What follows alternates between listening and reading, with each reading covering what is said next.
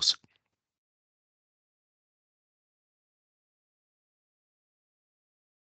Okay, let's get underway. Welcome to the NEM Reform Implementation Roadmap session. Thanks everyone for joining us. I'd firstly like to start by acknowledging the traditional owners of country throughout Australia and recognise their continuing connection to land, waters and culture, and to pay my respects to their elders past, present and emerging, and in particular from Wurrung country where I am today. Let's move to the purpose of the session. Many of you may have been on our previous session, which was a general stakeholder briefing, and that looked at the status of committed initiatives that are in flight at the moment. This session is about the roadmap, the overall implementation roadmap for the NEM reform, broader NEM reform implementation initiatives. It's much more a planning focus and a longer term focus to set out what the pathways are, our best understanding of the pathways for the initiatives and their implementation. We have been running this session in various guises now for, I think, a bit over 3 years. We run them a couple of times a year, and the idea is to keep you briefed on the changes that are occurring in the regulatory landscape and what we think they look like in relation to the implementation program. We hope that that assists you in your planning process and enables you to mobilise your resources as and when required with an eye to the future. All right, let's move on to the agenda. And what we're going to do is a little bit of background and context, which I suspect I've already given. We'll run through the changes that have occurred since the previous release last year. We'll have a closer look at the roadmap and some particular points of interest. We'll have a look at the Q&A that has come through as pre-submitted questions, and then we will close. Moving on.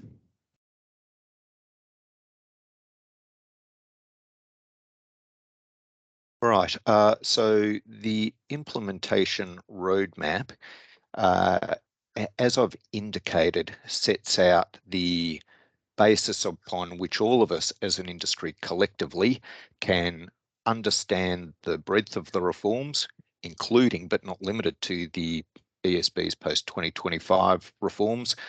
The objective is that, yes, it gives an integrated program view, which will help us take an integrated implementation approach rather than being piecemeal or fragmented, gives opportunities to identify bundling and sequencing opportunities for efficiency purposes, helps implementation resource planning.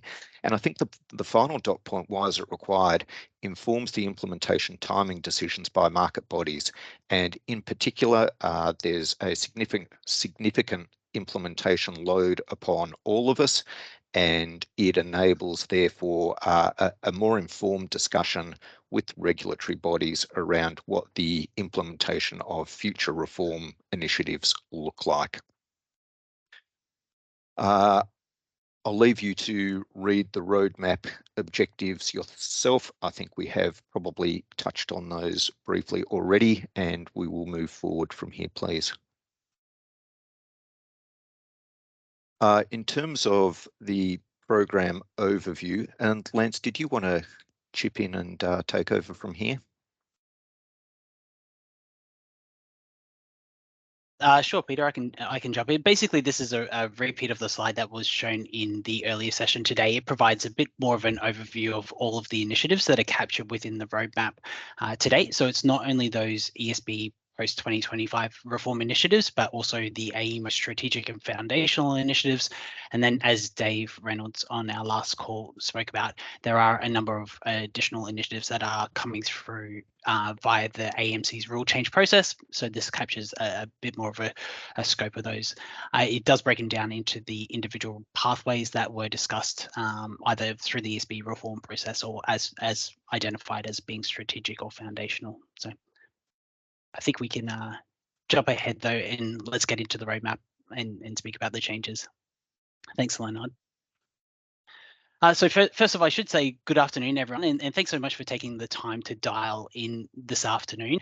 In this section, we'll provide basically a quick overview of the process that AEMO and the Reform Delivery Committee have actually undertaken when it comes to updating the roadmap, some of the changes that we've identified and their impacts, and how we think about implementation, and how that's all been reflected in the latest published materials that did go up on our website on the 27th of April, so just a week or so ago. So in terms of the process, we actually started this work back in February with a collaborative workshop held with members of the Reform Delivery Committee to discuss those changes that we had identified ahead of that time, and discuss their impacts, if any further work was required in terms of understanding what those impacts might be. And I'll touch on that in a little bit more detail when we speak about individual initiatives later. Further to the workshop, we also at AEMO are also undertaking what we're calling a blueprint assessment. And so this assessment really looks at opportunities to bundle, sequence, prioritize those initiatives, or even take costs out of industry when we think about implementation of the initiatives moving forward. This is something that we're really mindful of here at AEMO when it comes to the roadmap and delivery of the overall reform program. And it's something that we'll need to continually monitor and reevaluate as the program progresses, and as we think or identify changes across the roadmap, and understand what those changes mean from a delivery perspective.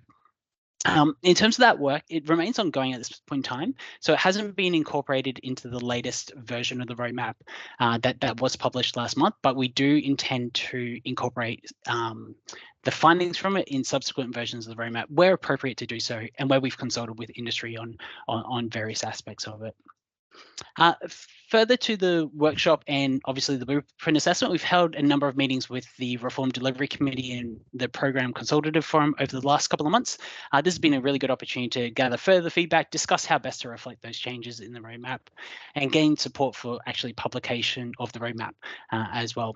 And that basically brings us here to today's update. So I might just jump into the next slide if that's okay, Leonard.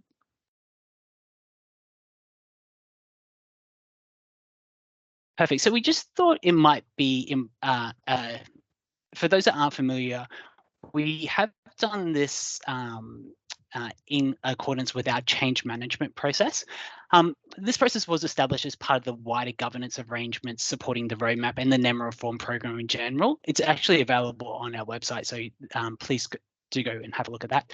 It provides for a structured process for understanding the potential implementation or delivery impacts. For example, the potential challenges to participants or risks of delivery to participants or to AEMO associated with changes for the full scope of the reform program. But most importantly, in my mind anyway, it provides for real clear means of engagement with the Reform Delivery Committee and with market bodies and the PCF to not only identify those changes, but to understand what those impacts are, have a really good collaborative process in terms of defining what the impacts are and how we best reflect it moving forward. When it comes to change, we really think about change in kind of one of two ways. So there's incremental change, so those changes with minimal impact on the implementation of initiatives. So say a name change in the case of some of the reform initiatives. What we're really focused, however, on is those more material changes. So this might be a change in, say, the timeline of an initiative, say more than 2 months is kind of our benchmark, or there might be changes in scope that therefore impacts the overall complexity of an initiative and how we think about delivery moving forward. And so we're always cognizant of that, particularly in quite an uncertain policy and rules landscape at the moment.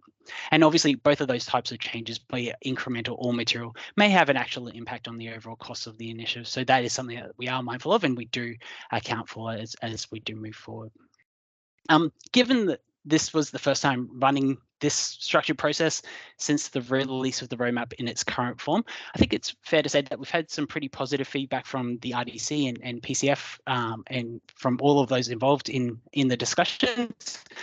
It's definitely been a worthwhile step, a little bit of effort, but it provides for a lot of transparency in terms of the changes that we do make in the roadmap and the program moving forward. Might just jump into the next slide if that's okay. All right, so it's fair to say that there's been quite a lot of change since we last assessed the roadmap in August and September of last year, and this slide highlights some of those changes identified and assessed under those categories I mentioned earlier, be it incremental or material.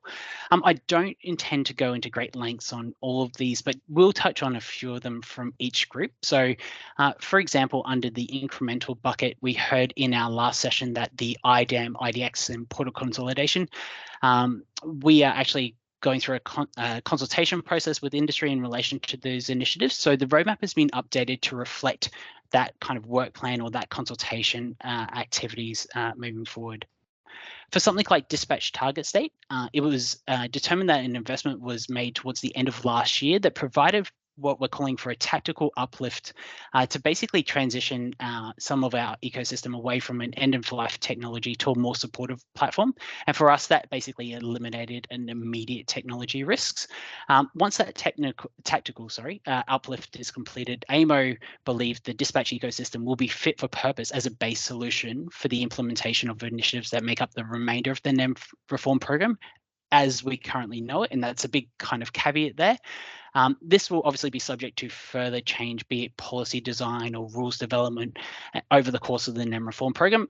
And so with that, what we've actually reflected in the roadmap is a series of checkpoints to be aligned to the progression of various initiatives. So some of them might be DER related, others might be in that transmission and access reform space moving forward. As I mentioned before, what we are really mindful of are those more material changes, those that result in change in timeline or change in scope, and we have seen quite a few of those since September, and a lot of these relate to basically ongoing policy design or development phases. So the ESB is still working on specific policy designs, or our assumptions around the timing of, say, when a rule change process may kick off or be completed by. So a couple of examples of these, we know that the timeline for the rules consultation process for FTA Model 2 and Schedule Light have both been pushed out from our initial assumptions, as an example. In the case of Schedule Light, it's actually not even commenced yet, but we do anticipate it commencing sometime this year. For OSM, operational security mechanism, the rule change, the AMC actually extended the rules consultation phase to July of this year. However, the indicative go live date has remained the same as per the draft determination. So I'll speak to this a little bit more in a slide or two's time, but we've reflected obviously that 6-month extension to that rules consultation process. There's been various DER and data strategy initiatives that still remain in that policy development and design phase, and that's also been reflected in the moment in the roadmap.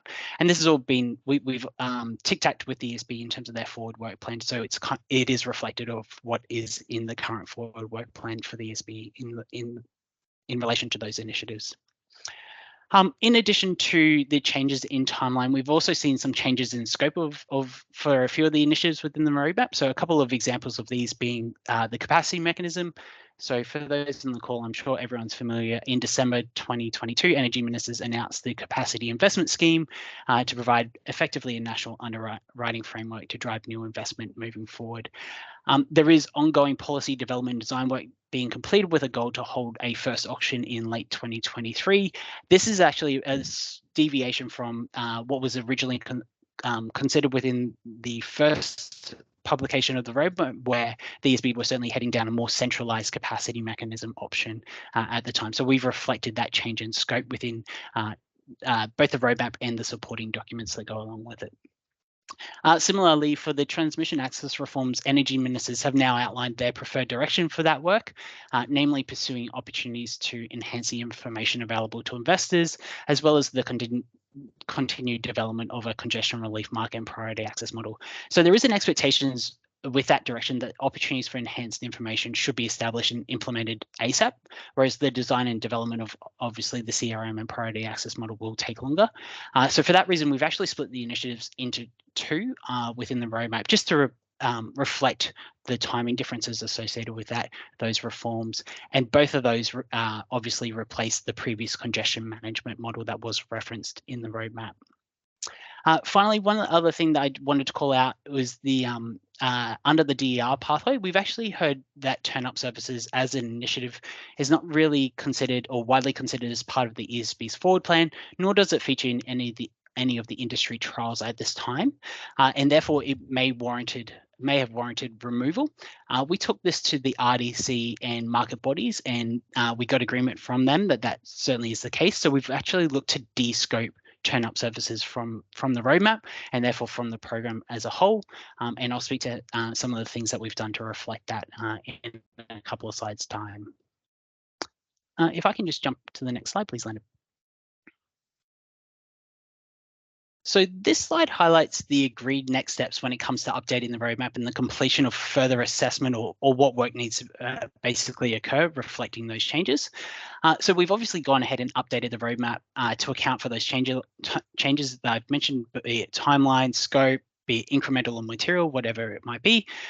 But it's important to note that in terms of further work to be completed on the assessment of these material changes, when discussed with the RDC, it was agreed that we should basically keep a bit of a watching brief for things like FTA, scheduled light, the capacity mechanism, the transmission access reforms. They're obviously still going through that policy or rules development phase. So the RDC advised that we should hold off. Let's see how those processes play out. The AMC may not make a final rule determination in relation to FTA or schedule light, which would see those initiatives implemented as an example. So we've basically going to keep a watching brief on those. That's why no further impact assessment has been done in relation to those. The exception obviously here is with regards to the OSM. So where, as I mentioned before, the proposed go live date as featured within the draft determination is October 2025. And so there's a bit of a watching brief. We do anticipate a final determination in the middle of this year. However, we do note that the AMC is obviously still working through the issues and views raised in submissions to the draft determination and confirming the best way forward on this rule change. So further assessment will be completed once that work has been finalised, so we can understand what are the full impacts of those reforms moving forward. Further, as I mentioned earlier, we are undertaking some work through our blueprint assessment on ways to bundle, sequence, and prioritize the various initiatives moving forward. So that will again be reflected in subsequent versions of the roadmap as and when it's appropriate to do so. So if we can just jump to the next slide, please.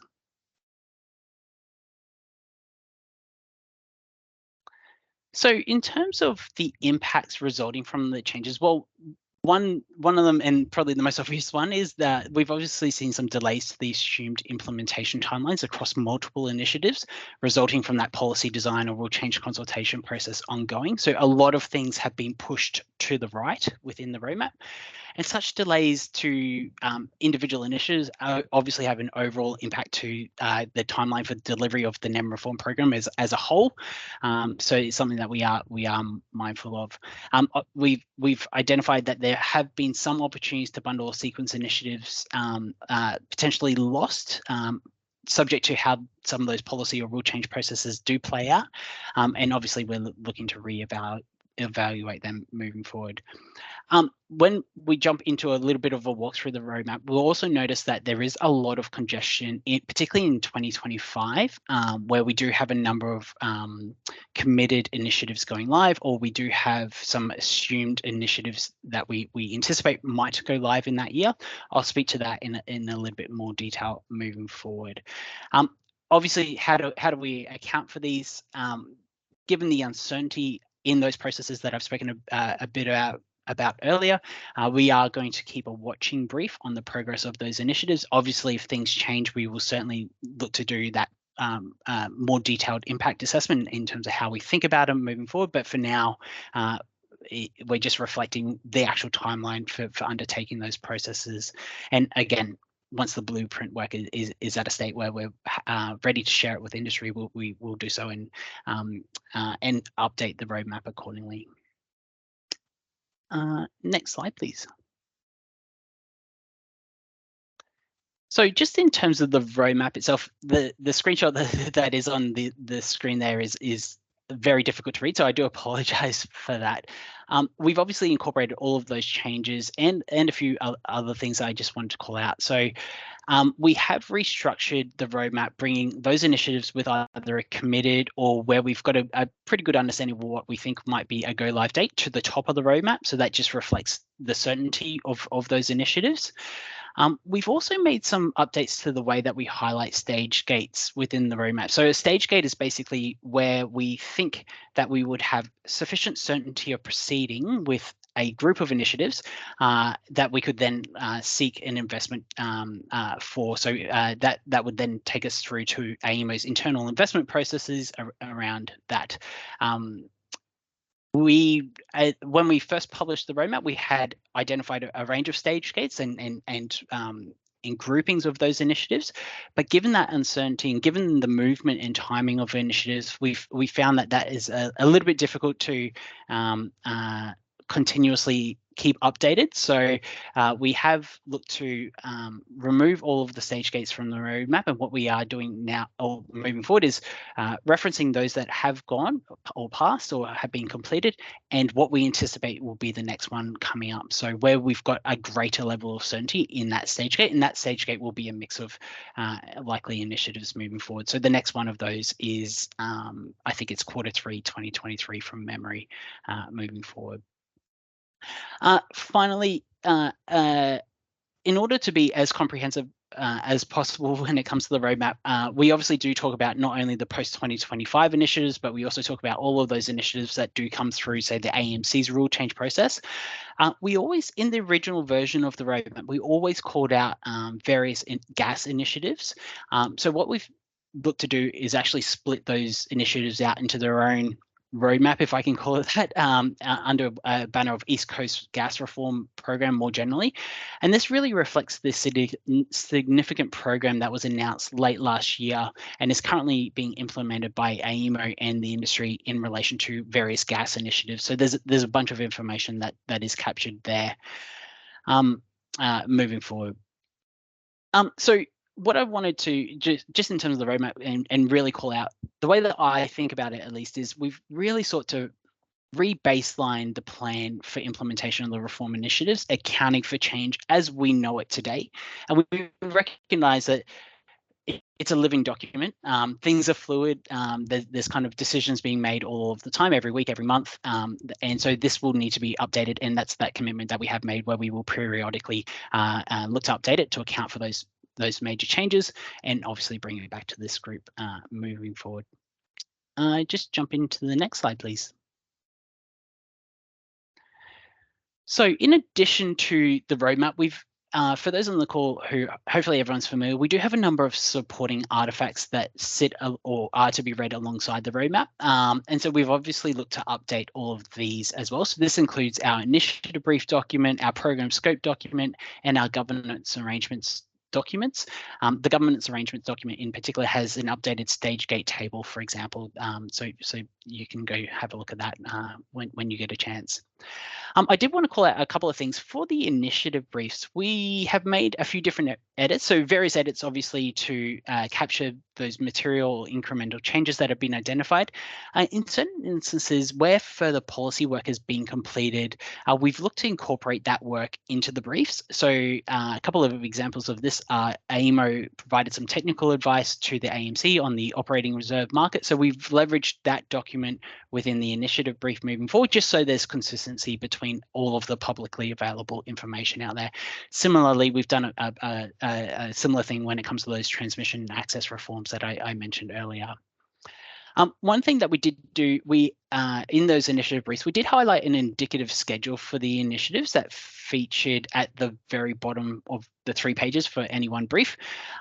We've looked to remove that moving forward because that information is already captured either within the roadmap itself, or now that we've actually got the program up and running, it's captured in the detailed milestones or work plans that were, for example, communicated in the last session. So we'll look to keep those updated instead of having to update 3 different types of the same information moving forward. And in many cases, I guess we've gone into a lot more detail in terms of the next steps. So particularly for those committed initiatives where we've either had or have ongoing consultations. We've looked to provide references to all of the various consultations that are happening. So a really good example of that is obviously some of those FPP consultations that Paul had spoken to in the last session. You can find links to all of those consultations within that initiative brief document moving forward. For the program scope and governance documents, we've obviously made similar changes to be consistent with the roadmap in the initiative brief document. The other thing that I wanted to call out is with the removal of turn-up services from the NEM reform program, we had published what is called a Gate 1 business case when we published the roadmap in its first iteration back in August or September last year. We've obviously made an addendum to that business case to reflect the removal of turn-up services. So that is also available on our website. It basically certifies that, certifies probably a terrible word, but certifies that decision to remove it for the program as and when at this point in time. I might just stop there before we jump into a little bit more of a detail on what the roadmap is showing us. Were there any questions at all from those on the call? Thanks, Lance. Yeah, just in relation to questions, if you do have questions as you go, pop them into the chat and we can deal with them at the end of each section.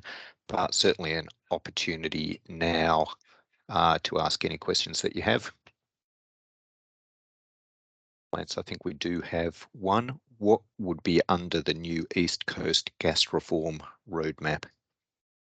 Yeah, great question. So there's a bunch of reforms that are happening in terms of supply adequacy and reliability for the East Coast gas system. So there's a number of initiatives that we are looking to implement, or we are required to implement. They've already passed through the various law changes that are required. So there's initiatives around transparency and so providing further information, initiatives around signaling, so how AEMO looks to signal supply adequacy and reliability issues. We do have new powers around directions, and AEMO also has some powers around trading.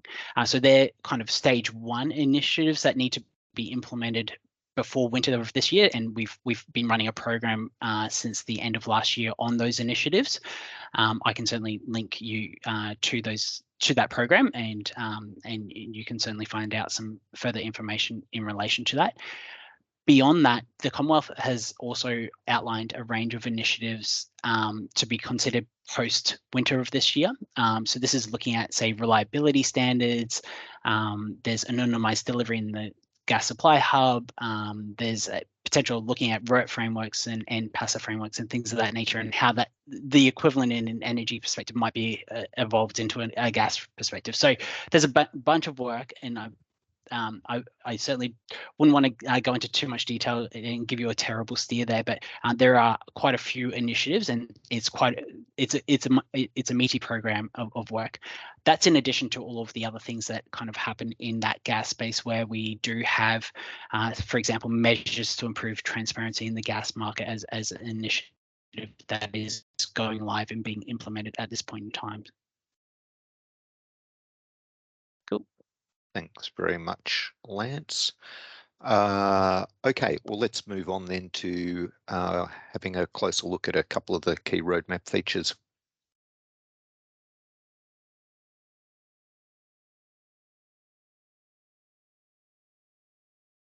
Perfect. So if we can just jump into the next slide. Thanks, Leonard. All right, so what's the best way to show the roadmap? It's obviously quite a detailed document.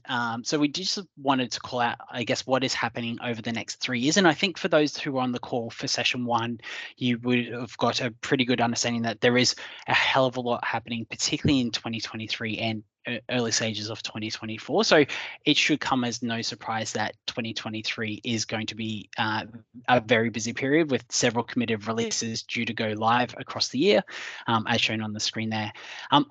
What's kind of always important to call out is there's always work happening behind the scenes. So we're obviously, from a policy development perspective or through a rules consultation process, so we AEMO and industry participants alike are always quite busy working in that space as well. For AEMO, we obviously work quite closely with the AEMC and ESB on those policy design phases, be as part of technical working groups and the like. So very quick snapshot on 2023. I don't plan to go into too much more detail given what we covered in the previous session, but if we can just jump into the next slide, thanks. So 2024 is a little bit different. So here we've got fewer committed regulatory initiatives going live. However, the one that is kind of front of mind for a lot of us is very significant in its own right in terms of integrating energy storage system. So there's a hell of a lot of changes that Ulrika and Emily were able to speak through in our last call that are happening in relation to this. So that in itself is a big project. So even though we don't have a lot of regulatory committed initiatives to focus on, there are things happening, quite a lot happening in that space anyway. That being said, with fewer regulatory commitments, this may present a window, and obviously this is subject to resourcing and things of that nature around some of those foundational strategic initiatives that we have identified under the reform program.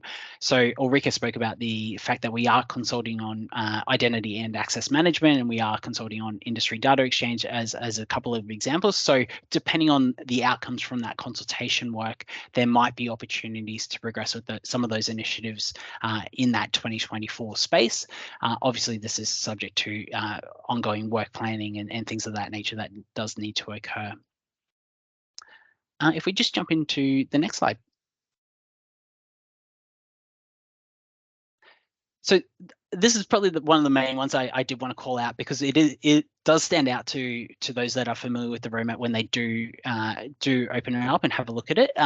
2025 appears to be a very congested year in terms of not only the number of regulatory initiatives that are assumed to go live, but also the fact that we do have multiple releases throughout the year as currently shown.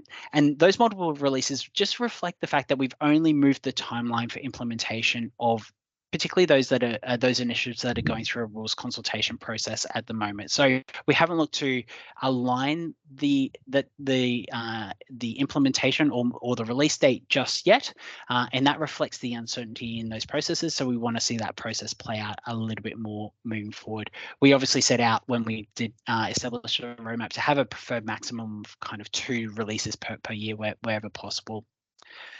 As you can see, we've actually got, I mentioned before, we've got a couple of regulatory initiatives, and then there's actually 4 yet to be committed initiatives that may go live in this year. That will be quite a big workload, not only for AEMO, but for industry participants moving forward. And one of the things that we are conscious of when we do pull together the roadmap is we are required to make a number of assumptions around the implementation and therefore scope and complexity and things of that nature. Given the fact that 4 of these initiatives are yet to be committed, so we haven't got a finalized policy, we don't have a finalized design, there are a few things that we do need to be mindful of when it comes to reading this part of the roadmap in particular, and that's the fact that there are some various levers that could be pulled. So obviously the timing of those rules consultation processes, the AMC, for example, may choose to go in a different direction when it comes to a specific rule change, which may alter, say, the scope of that rule change and therefore what's required from an implementation perspective. AEMO obviously looking at opportunities to bundle and sequence wherever possible. So if we're lifting the lid on one system, let's lift it once instead of having to come back into it again at a future point in time. And then other opportunities to think about, say, phased implementation for an initiative, depending on what the scope of that initiative or might be and the timing of that moving forward. So these are a few of the things that we are certainly mindful of when it comes to the roadmap and to the program more generally. It's something that we have absolutely raised with the Reform Delivery Committee, with the market bodies such as the AMC, and with the Program Consultative Forum when we do get together. And it's something that we will need to be mindful of as we think about our collective assessments on these various initiatives moving forward.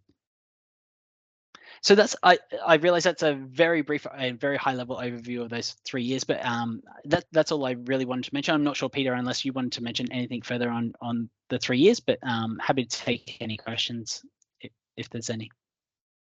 Thanks, Lance. Nothing further from me. We do have a question from Siva. Would it be possible to provide a high-level view of the IT impacts to different industry participants for the changes in the roadmap?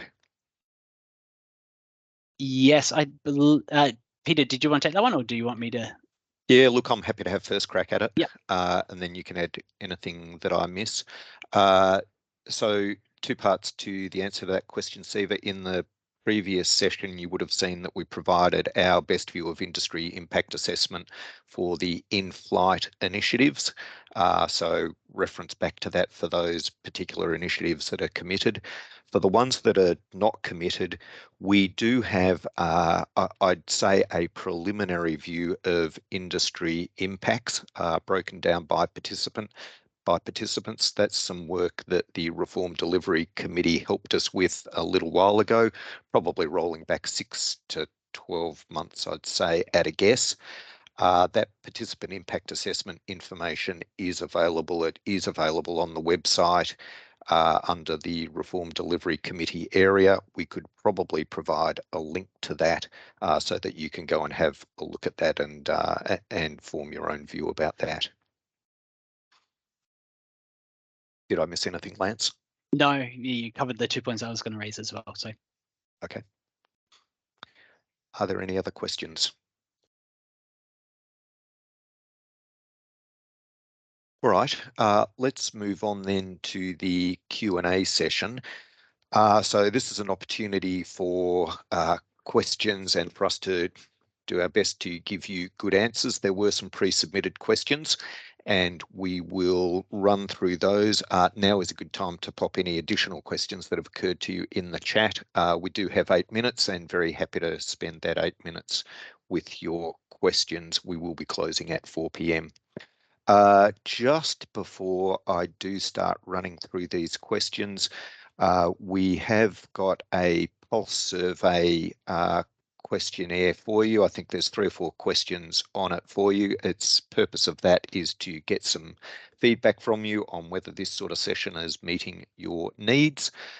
So I'll ask Ulrika to pop that pulse survey into the chat, and if you can spare 1 to 2 minutes on filling it out, that would be super helpful for us in terms of how we structure these sessions in the future.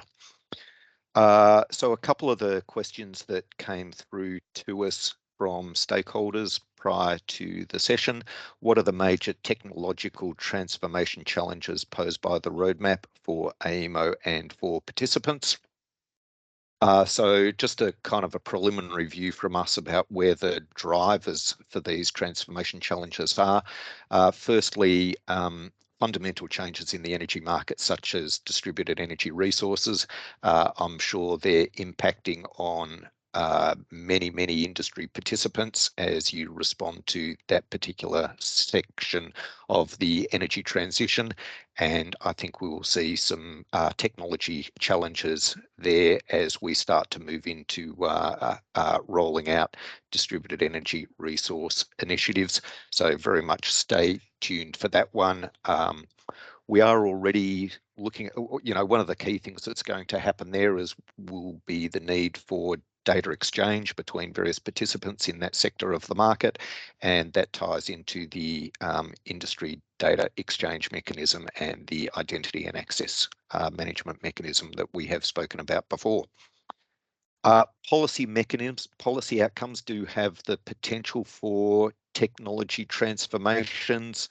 One possibility, for example, if there's a congestion management policy outcome that heads us down a locational pricing path, which looks very unlikely now, by the way, but if we roll back 12 months ago, maybe that was a possibility. But if we did have a policy outcome like that, that could result in a technology transformation challenge, and we would need to keep our eye on that one. At the moment, we're not seeing any of those directly right now, and certainly not in the committed initiatives, but it is something to watch out for. Then the other area is legacy industry infrastructure, for want of a better term, but things like our industry data exchange mechanisms. For example, they've grown up over many years, and they are fragmented. They do cause some level of inefficiency within the industry at the moment. Notwithstanding that, what participants have said to us really clearly, that any investments on an industry-wide basis for changing these sorts of mechanisms really need to be very cautious, very prudent about that investment, and there needs to be a transition approach so that it can be integrated into programs in the most efficient way possible, wherever we can do that. So that's a few words on technological transformation, and you'll obviously have your own view about the impacts within your own businesses as well. Second question, are there any smart meter rollout implications or impacts on the roadmap? And no, we do not have any at the moment.